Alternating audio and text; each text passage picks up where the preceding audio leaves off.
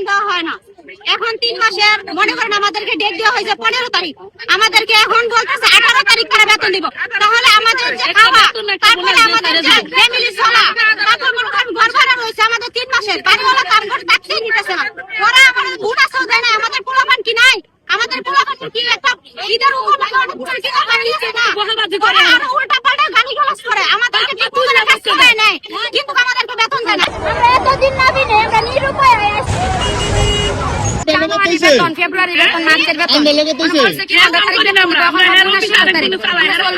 একটা মাস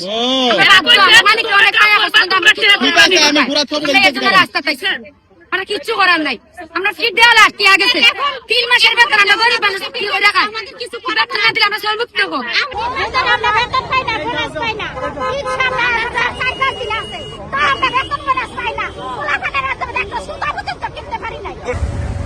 Thank